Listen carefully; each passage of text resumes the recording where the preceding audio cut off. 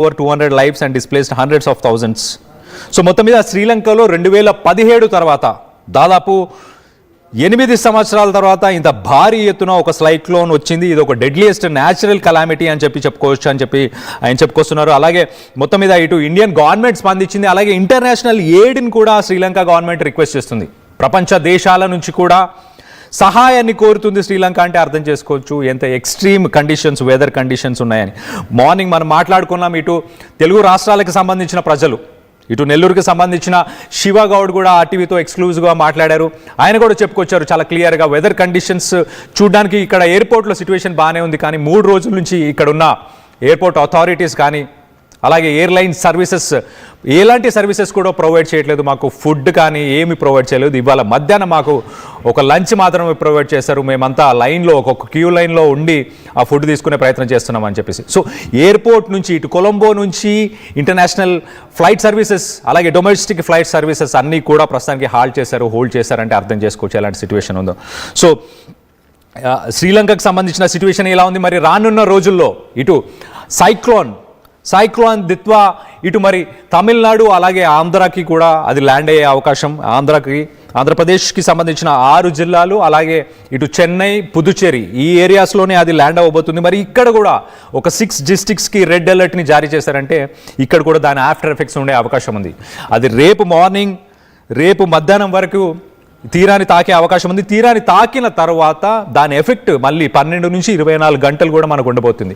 So ఇప్పుడు ఏదైతే శ్రీలంకలో మనం డిస్ట్రక్షన్ని చూస్తున్నామో ఆ డిస్ట్రక్షన్లో ఎంతో కొంత ఇప్పుడు ఆంధ్ర అలాగే తమిళనాడులోని కొన్ని ప్రాంతాలు ఇటు చెన్నై, పాండిచ్చేరి, పుదుచ్చేరి ఈ ఏరియాస్లో కూడా ఉండబోతుంది. కాబట్టి సో తగిన జాగ్రత్తలు తీసుకోండి. ఇటు నెల్లూరు, ఇటు చిత్తూరు, ఇటు చెన్నైకి పరిసర ప్రాంతాల్లో ఉన్న వాళ్ళు, ఇటు కోస్టల్ లైన్లో సముద్ర తీరాన ఉండే వాళ్ళందరూ కూడా జాగ్రత్తలు తీసుకొని, అలాగే ఎవరైతే తెలుగు ప్రజలు చెన్నై నుంచి అలాగే పుదుచ్చేరి, పాండిచ్చేరి పరిసర ప్రాంతాల్లో ఎవరైతే ఉన్నారో వాళ్ళందరూ కూడా తగిన జాగ్రత్తలు తీసుకొని ఇంటి పట్టే ఉండే ప్రయత్నం చేయండి.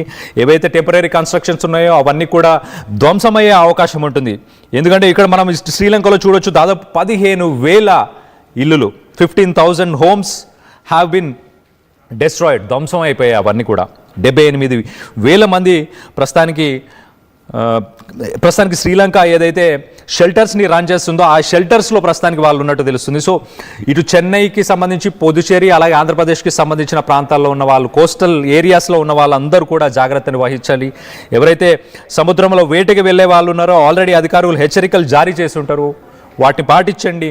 ఫ్లాష్ ఫ్లడ్స్ వచ్చే అవకాశం ఉంటుంది. ఫ్లాష్ ఫ్లడ్స్ ఒక్కసారిగా భారీ వర్షం వచ్చినప్పుడు ఆ నీరు ఒక్కసారిగా ఇటు ఊర్లోని తుడిచిపెట్టే అవకాశం ఉంటుంది, ఇటు సిటీస్ అని మునిగిపోయే అవకాశం ఉంటుంది. అలాగే హైవేస్ అన్ని కూడా కొట్టుకుపోయే అవకాశం ఉంటుంది. మనం ఇక్కడ విజువల్స్లో చాలా క్లియర్గా చూడొచ్చు. ఇటు రైట్ సైడ్ విజువల్స్లో బ్రిడ్జ్ పై నుంచి ప్రవహిస్తున్నాయి అక్కడ కేలాని రివర్. అలాగే కింద కూడా మనం ఇంకో విజువల్లో చూడొచ్చు ఉపనదులు కూడా పొంగి పొర్లుతున్నాయి. అలాగే రిజర్వాయర్స్ మ్యాక్సిమం కెపాసిటీ ఫుల్ అయిపోవడంతో ఆ గేట్స్ అన్ని కూడా ఓపెన్ చేసి దిగువన ఉన్న ప్రాంతాలకి ఆ వాటర్ని కూడా వదిలే ప్రయత్నం చేస్తున్నారు. సో ప్రస్తుతానికి శ్రీలంకలో ఇలాంటి ఒక డేంజరస్ సిచ్యువేషన్ అని చెప్పుకోవచ్చు. దాదాపు 8 సంవత్సరాల తర్వాత ఇలాంటి ఒక సిచ్యువేషన్ ఫేస్ చేస్తున్నారు.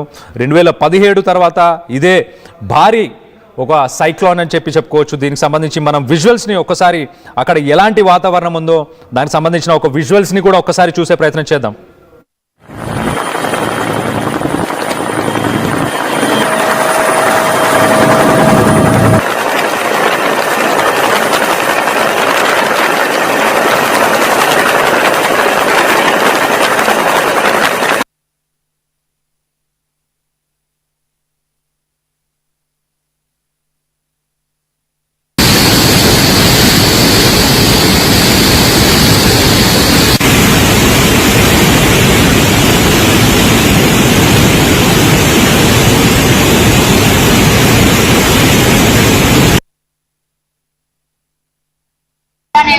वीडियो